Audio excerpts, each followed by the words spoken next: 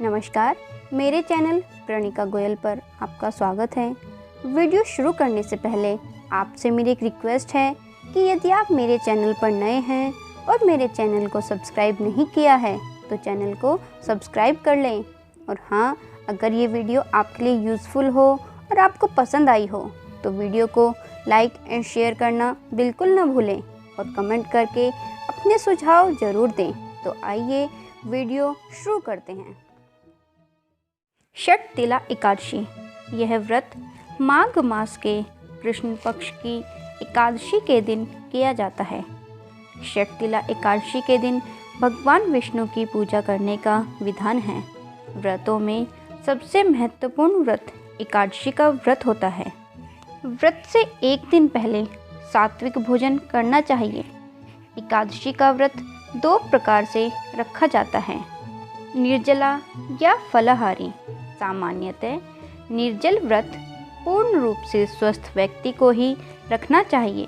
गर्भवती स्त्री या बीमार व्यक्ति को निर्जल व्रत नहीं करना चाहिए।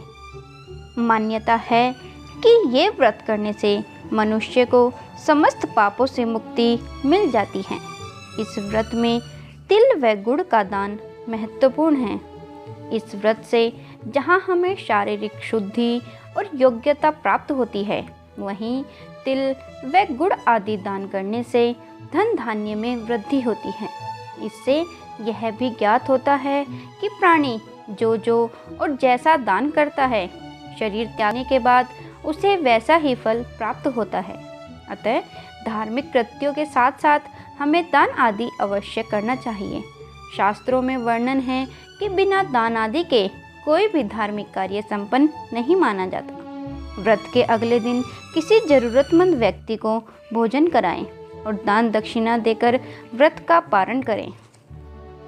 षटतिला एकादशी व्रत कथा।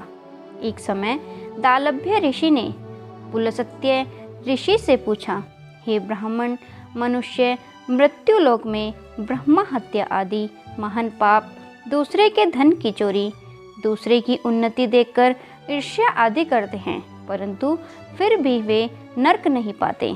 इसका क्या कारण है? वह न जाने कौन सा अल्प दान या अल्प परिश्रम करते हैं। यह सब आप कृपा पूर्वक कहिए। इस पर पुलस्त्य ऋषि बोले, हे महानुभाव, आपने मुझसे अत्यंत गंभीर प्रश्न पूछा है। इसको ब्रह्मा, विष्णु, इंद्र आदि भी नहीं जानते, परंतु मैं आपको यह गुप्त तत्व अवश्य ही बताता हूँ। माघ माह के आने पर मनुष्य को स्नान आदि से शुद्ध रहना चाहिए और इंद्रियों को वश में करके तथा काम, क्रोध, लोभ, मोह, ईर्ष्या, अभिमान आदि का त्याग कर भगवान का स्मरण करना चाहिए। हाथ पैर धोकर पुष्य नक्षत्र में गोबर, कपास, तिल मिलाकर कंडे बनाने चाहिए। वह इन कंडों से 108 बार हवन करें और यदि इस दिन मूल नक्षत्र और द्वादशी हो तो नियम से रहें। स्नान आदि नित्य क्रिया से शुद्ध होकर भगवान की पूजा व कीर्तन करना चाहिए। एकादशी के दिन व्रत और रात्रि को जागरण तथा हवन करना चाहिए। दूसरे दिन धूप, दीप, नैवेद्य से भगवान की पूजा कर खिचड़ी का भोग लगाना चाहिए। इस दिन कृष्ण भगवान का पूजन करना चाहिए। पेठा, नारियल, सीताफल या सुपारी सहित अर्घ्य देना चाहिए और स्तुति करनी चाहिए। हे भगवान, आप अशरणों को शरण देने वाले हैं। आप संसार में डूबे हुओं का उद्धार कीजिए। हे पुंडरीकाक्ष, हे कमल नेत्रधारी, हे विश्व भगवान, हे जगत गुरु, आप लक्ष्मी जी सहित मेरे इस तुच्छ अर्घ्य को स्वीकार करो। इसके पश्चात ब्राह्मण को जल भरा कुंभ प्रदान करना चाहिए।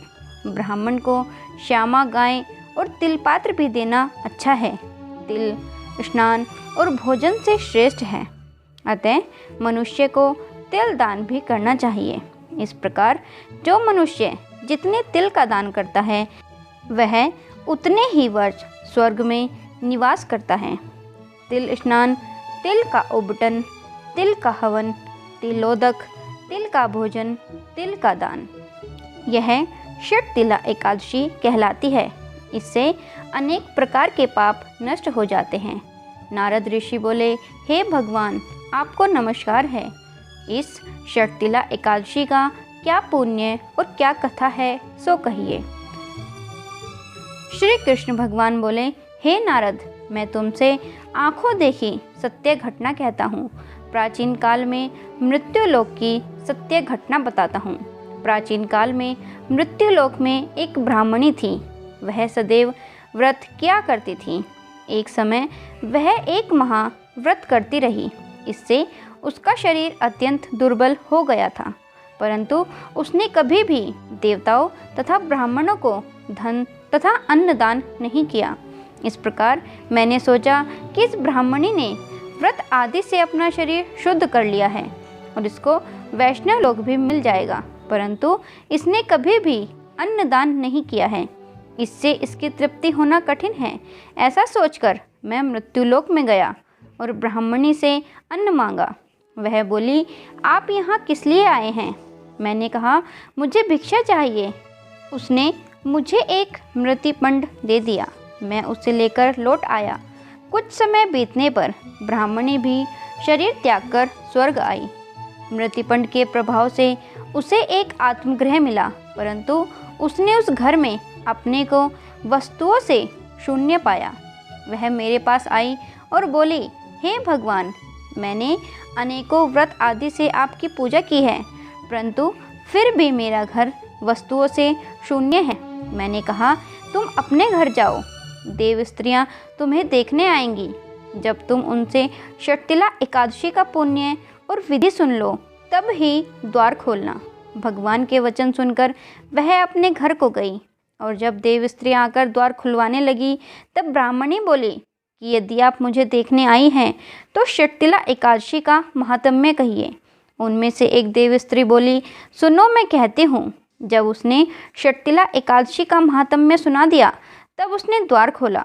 देव स्त्रियों ने उसको सब स्त्रियों से अलग पाया। ब्राह्मणी ने भी देव स्त्रियों के कहे अनुसार षटतिला का व्रत किया और इसके प्रभाव से उसका घर धन धान्य से पूर्ण हो गया।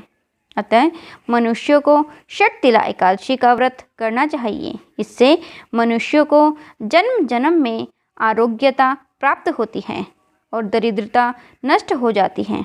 इस व्रत से मनुष्य के समस्त पाप नष्ट हो जाते हैं। ओम श्री कृष्ण गोविंदाय नमः।